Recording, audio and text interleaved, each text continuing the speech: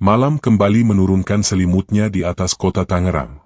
Seperti biasa, pukul 8 malam, Pak Darto mengenakan seragam biru tuanya yang telah memudar.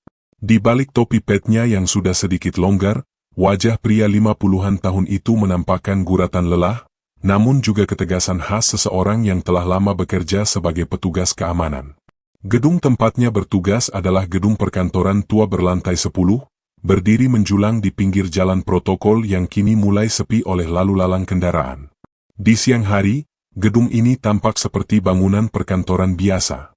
Tapi bagi mereka yang bekerja malam, terutama para petugas keamanan dan cleaning service, gedung ini menyimpan sesuatu yang lebih dari sekadar kaca-kaca tinggi dan lift otomatis.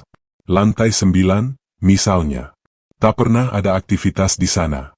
Lantai itu selalu gelap. Tak ada meja kerja, tak ada staf, dan bahkan tak ada izin masuk bagi siapapun. Di antara rekan-rekan kerja Pak Darto, lantai itu dijuluki lantai mati.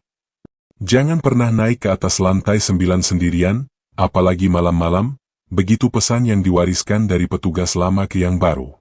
Pak Darto, yang sudah bekerja selama hampir 15 tahun di tempat itu, tahu betul bahwa gedung ini menyimpan lebih dari sekadar arsip dan komputer. Ia telah mengalami beberapa kejadian ganjil, meski selama ini memilih diam dan tidak menceritakannya kepada siapapun, kecuali 1-2 rekan terdekat. Suatu malam, saat berjaga sendiri karena rekannya izin sakit, Pak Darto duduk di ruang pantau, memperhatikan layar CCTV yang membagi pandangan ke setiap sudut gedung. Matanya mulai berat ketika jarum jam menunjukkan pukul 11 lewat. Udara dingin AC bercampur angin malam terasa menusuk hingga ke tulang. Tiba-tiba, salah satu monitor berkedip. Kamera koridor lantai 9 menunjukkan gang sempit yang temaram. Tak ada siapa-siapa, tapi pintu lift terbuka sendiri, lalu tertutup kembali pelan-pelan. Tak lama kemudian, lampu lorong menyala satu persatu, seperti menyambut kehadiran tak kasat mata. Pak Darto bangkit dari kursinya. Ia menatap layar lekat-lekat. Pasti korsleting biasa, gumamnya, mencoba menenangkan diri. Tapi entah mengapa, udara malam terasa makin dingin. Dan entah sejak kapan, suara kipas ruangan pantau berhenti berputar. Sunyi. Sunyi yang menekan dada. Suara ting. Dari lift terdengar samar. Ia menoleh ke arah luar ruangan pantau. Dari balik kaca kecil, terlihat pintu lift terbuka di lantai bawah. Kosong. Ia berjalan perlahan keluar, mengintip ke lorong. Tak ada siapa-siapa. Hanya deru AC dan lampu remang di atas kepala. Tapi, sesuatu terasa tidak biasa. Ini bukan kali pertama ia mendengar lift bergerak sendiri ke lantai 9. Namun biasanya, lift hanya sekadar naik, lalu kembali turun dalam hitungan detik. Malam itu berbeda. Setelah naik ke lantai 9, lift tidak kunjung turun. Seolah ada yang menahannya di atas sana. Pak Darto kembali ke ruang pantau, memeriksa layar. Kamera di dalam lift memperlihatkan suasana kosong. Tapi anehnya, di pojok kaca lift yang sedikit buram, ada bayangan samar, berdiri diam. Ia mengucek matanya. Ah, mungkin pantulan lampu saja, pikirnya. Namun jantungnya mulai berdetak lebih cepat dari biasanya. Seiring waktu berjalan, makin banyak kejadian ganjil yang ia alami. Suara langkah kaki dari atas padahal tak ada siapapun. Bayangan hitam yang melintas cepat di layar monitor. Dan yang paling aneh, adalah ketika salah satu cleaning service mengajukan resign mendadak. Wajahnya pucat. Matanya kosong.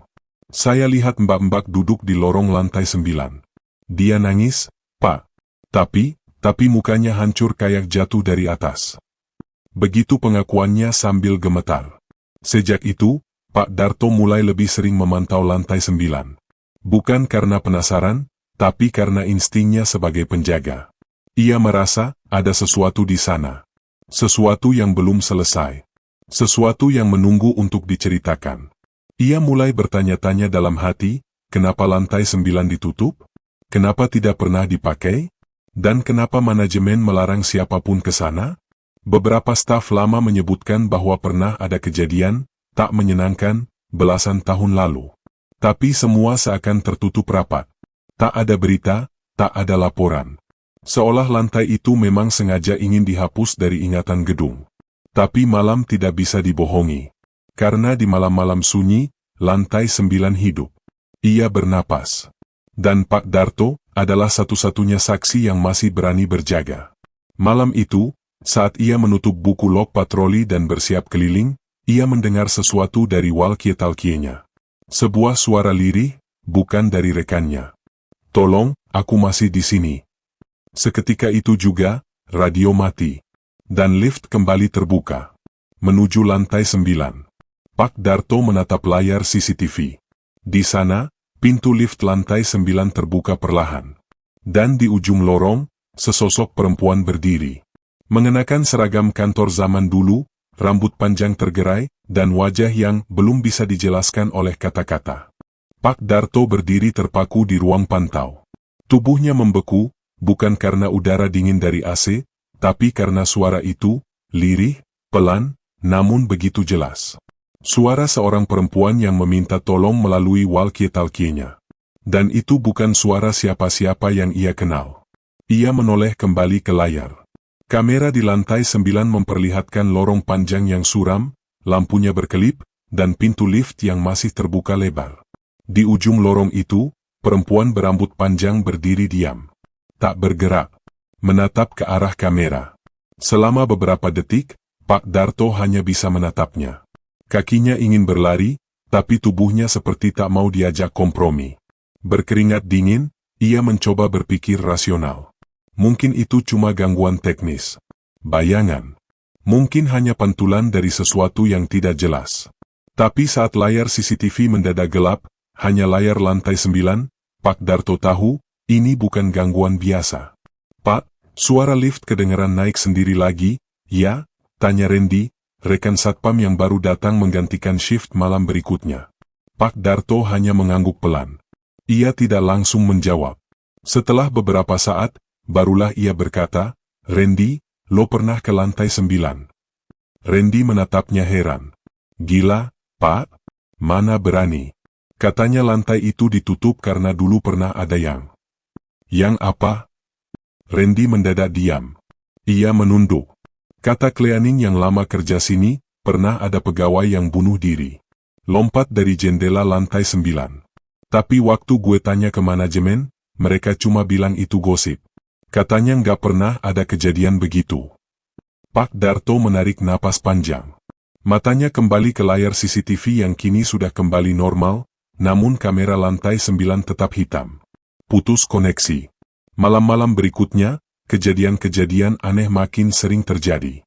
Setiap jam 2:17 pagi, tepat, lift selalu naik sendiri ke lantai 9. Tidak ada tombol yang ditekan. Tidak ada penumpang. Tapi tetap saja, lift seolah-olah dijemput oleh seseorang di atas sana. Dan anehnya, tiap kali itu terjadi, sinyal radio mati. Listrik di sebagian ruangan tiba-tiba padam. Dan CCTV lantai 9 terputus. Sampai suatu malam, seorang karyawan lembur dari divisi keuangan bernama Mbak Lia ditemukan pingsan di toilet lantai 8. Ketika sadar, ia menjerit-jerit histeris, menyebut-nyebut perempuan bermata hitam yang menatapnya dari kaca wastafel.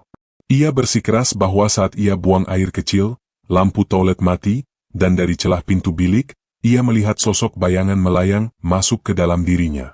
Sejak malam itu, Mbak Lia tidak pernah kembali ke kantor.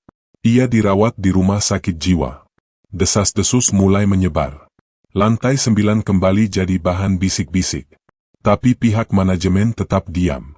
Tidak ada satupun pengumuman resmi. Bahkan, petugas kebersihan pun dilarang naik ke sana. Pak Darto merasa tidak bisa tinggal diam. Ia tahu, sesuatu yang mengerikan tengah bersemayam di lantai tersebut. Dan makin dibiarkan, makin sering ia mencari perhatian. Akhirnya, ia memutuskan untuk melakukan patroli sendirian ke lantai 9. Bukan untuk membuktikan keberaniannya. Tapi karena ia merasa, entah kenapa, seperti dipanggil. Seolah ada yang ingin berbicara padanya. Malam itu, sekitar pukul 2, ia naik lift. Ia tidak menekan tombol 9. Tapi lift langsung meluncur naik ke sana. Suasana di dalam lift terasa berbeda. Lampu redup, dan hawa panas bercampur bau seperti besi karat. Saat pintu terbuka, lantai 9 menyambut dengan lorong panjang yang gelap. Lampu tak menyala. Hanya cahaya remang dari jendela kecil di ujung lorong. Langkah pertamanya bergema.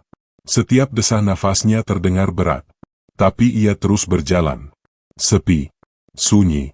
Sampai ia melihat pintu kaca berlapis debu dengan label, Divisi SDM Lama. Tangannya gemetar saat memutar gagang pintu. Dan saat pintu itu terbuka, aroma anyir dan lembab menyambut. Di dalam ruangan itu, terlihat meja-meja tua yang sudah ditutupi kain putih. Di pojok ruangan, sebuah kursi kantor terjatuh. Dan di lantai, ada bercak kecoklatan. Seperti bekas darah yang sudah lama mengering.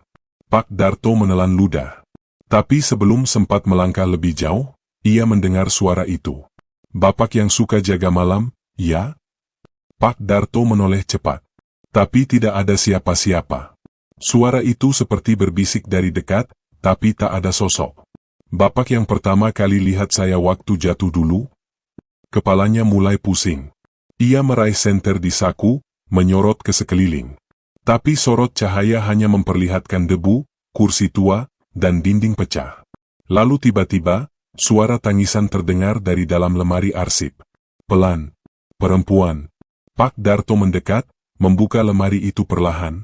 Kosong. Tapi ketika ia menoleh ke belakang, sosok itu berdiri di sana. Perempuan muda, mengenakan seragam rapi zaman dulu, rambut panjang menutupi sebagian wajah, dan mata, dua lubang hitam legam seperti tak ada dasarnya. Ia menatap Pak Darto. "Saya nggak sengaja, saya didorong, saya nggak mau mati, Pak." Pak Darto terjatuh ke belakang. Nafasnya tercekat. Tapi sosok itu tak bergerak. Hanya menatap dan mengulang kata-kata itu. "Saya nggak mau mati, Pak, saya cuma mau keadilan." Lalu ruangan gelap seketika. Pak Darto terbangun di ruang satpam pukul 4 pagi. Seragamnya kotor. Senter di tangannya masih menyala. Ia tidak tahu bagaimana ia kembali. Tapi satu hal yang pasti, lantai 9 tidak sekadar angker. Ada sesuatu, ada seseorang yang terjebak di sana.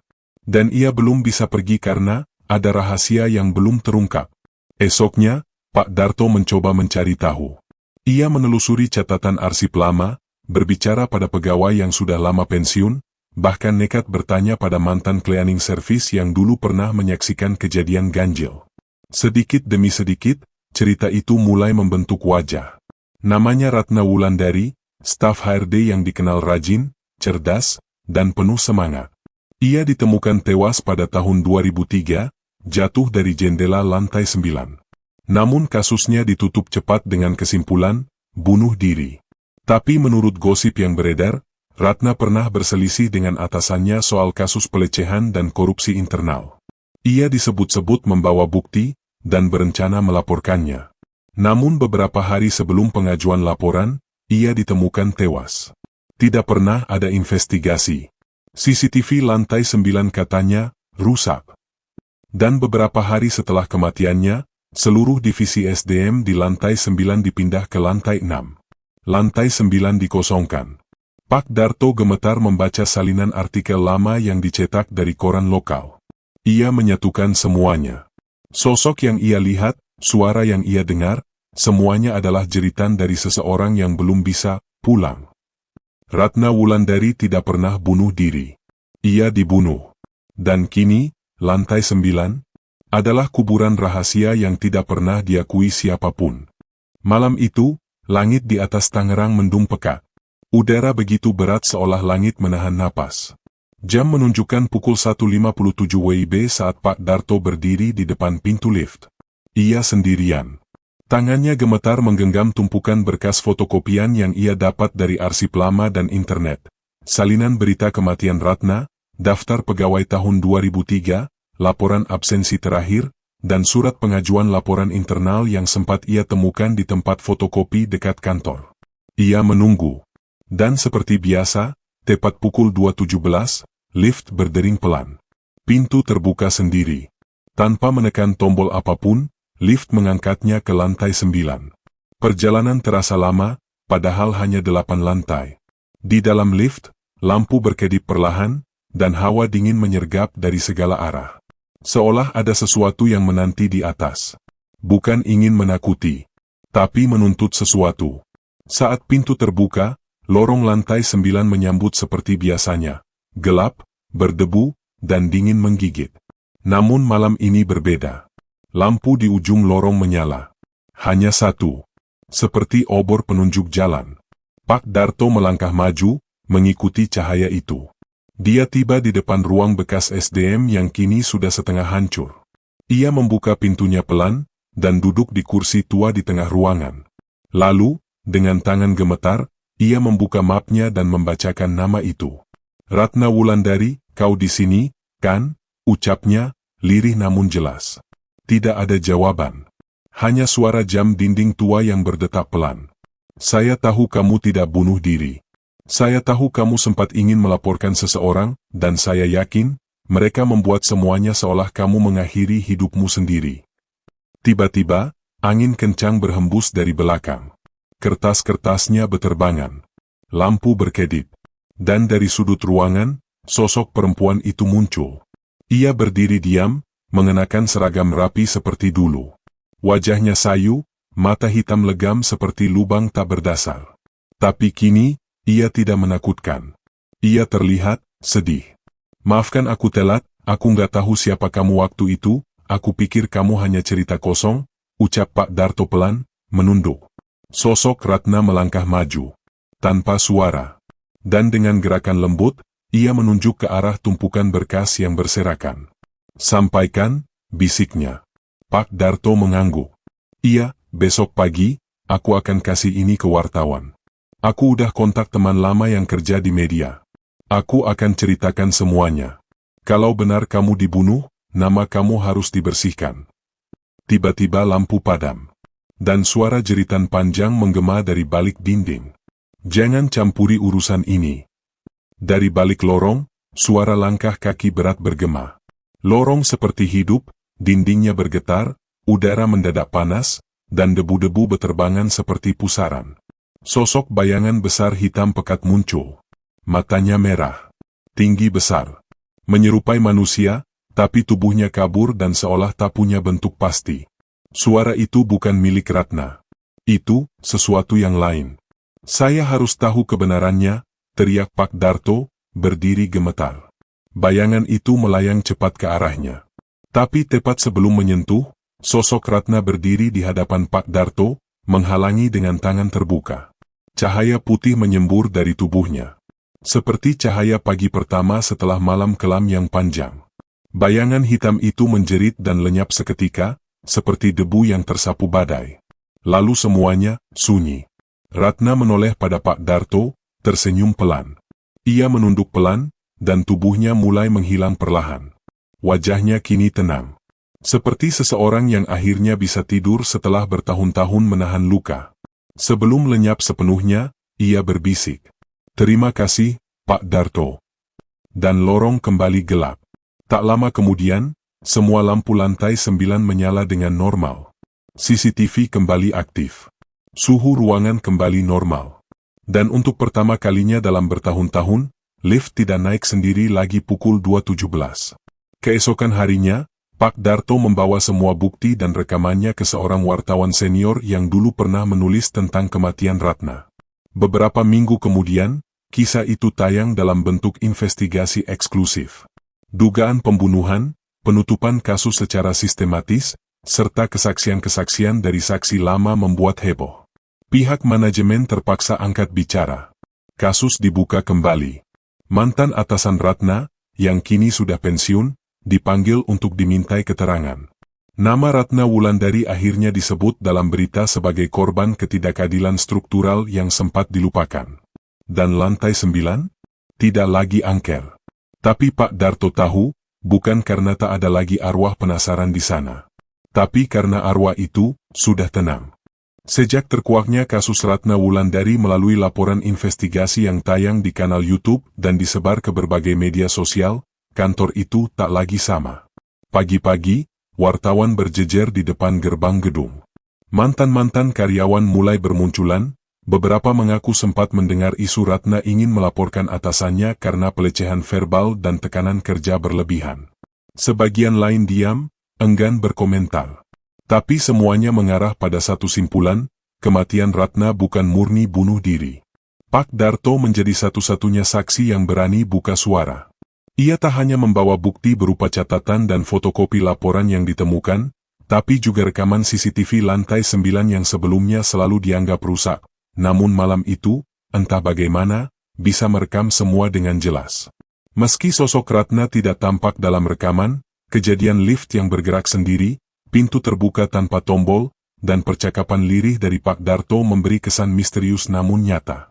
Atas keberaniannya, ia dipanggil pihak kepolisian dan lembaga perlindungan saksi. Tak lama, proses hukum dimulai. Mantan atasan Ratna diperiksa, dan terbukti memang memiliki motif dan riwayat buruk saat masih menjabat. Ada cukup bukti bahwa ia menekan Ratna agar menarik laporan, dan diduga keras berada di balik insiden malam itu. Namun, dari semua itu, satu hal yang paling berubah adalah suasana kantor. Lantai 9 tak lagi terkunci. Direksi sepakat menjadikannya ruang kenangan.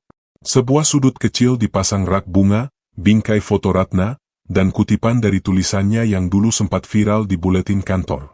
Jika kebenaran tak mendapat tempat di dunia nyata, mungkin aku harus menyampaikannya dari sisi lain kehidupan.